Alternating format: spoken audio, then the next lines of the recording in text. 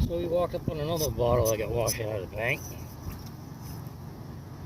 And that's Burnett's Standard Flavoring Extract. Melted milk, see that? Oh, there's another one. Oh, that's kind of cool.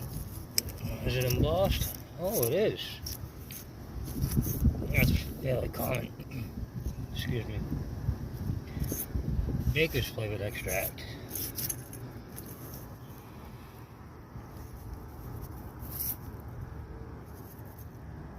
Full measure. I like it because of the iridescence on it. See that? That's cool. We'll take that along with our jug. Anything else coming out from up there?